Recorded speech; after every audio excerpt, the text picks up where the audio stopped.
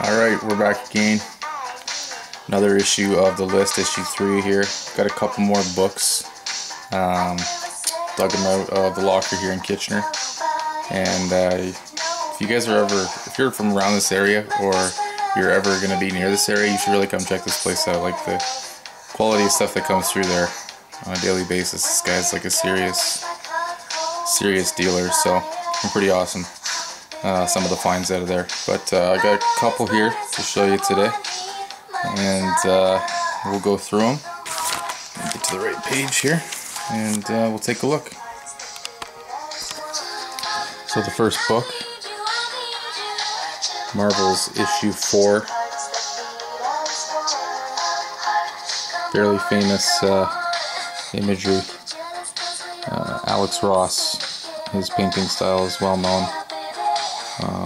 He's done many popular series. This was maybe the most well known. I don't know, Kingdom Come.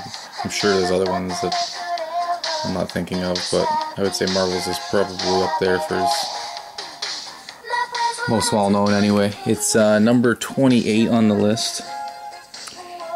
Alex Ross employed a crafty design using Spidey's trademark eye to reveal his nemesis, the Green Goblin.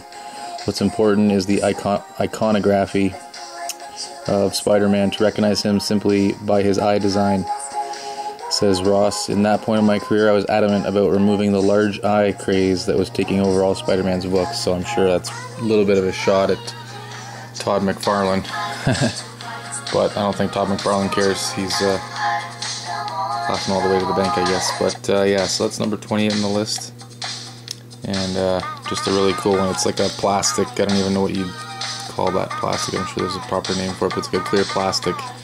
And then underneath is just a picture. The Marvel's thing is not actually a part of the underneath picture, so that's pretty cool. And the next one, surprise, is issue 2 of the Marvel series. Another fairly recognizable cover. It's also Alex Ross, number 8 on the all-time list, top 100 greatest covers. So the seminal Alex Ross cover does exactly what a cover should. Tells you a mini story. The X-Men's Angel, note the symbolism, rescuing a disfigured mutant girl away from an angry mob, was so powerful that Marvel used it as a huge promo poster for the miniseries.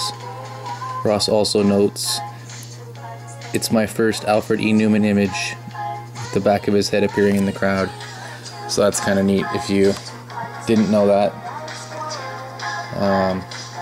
Mad Magazine, Alfred E. Newman, back of his head right there. So that's one of those neat things you see sometimes in comics, especially if you didn't know it and you're just hearing about it now and you're like, oh, cool.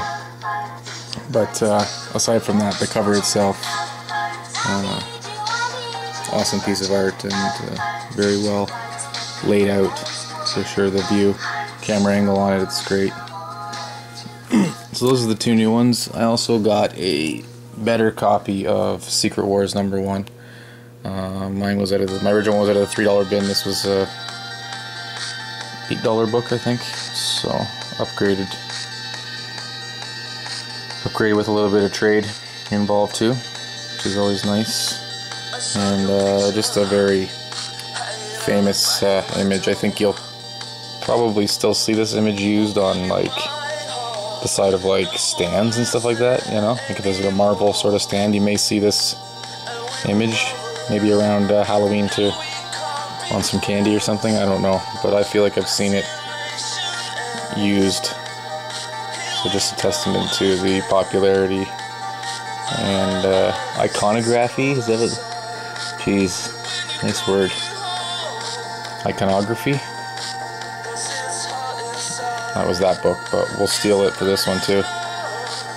Kind of fitting, considering you can't pronounce it. But yeah, so got about 37 books off the 100 list now. So we're making our way through, and definitely have some more prospects on the way. This one here might be finding its way into my collection very shortly too. So again, having fun with this list gives you something different than just trying to complete runs for the sake of having every issue, you know. So I may print a list. A couple people have said they might want to try and find it, see what they've got already, see what's out there, especially with some of the books being affordable.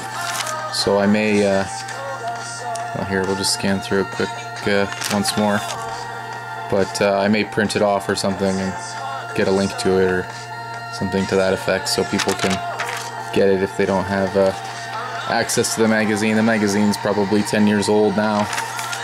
But again, fun project, and we will definitely be continuing to see more issues of the list.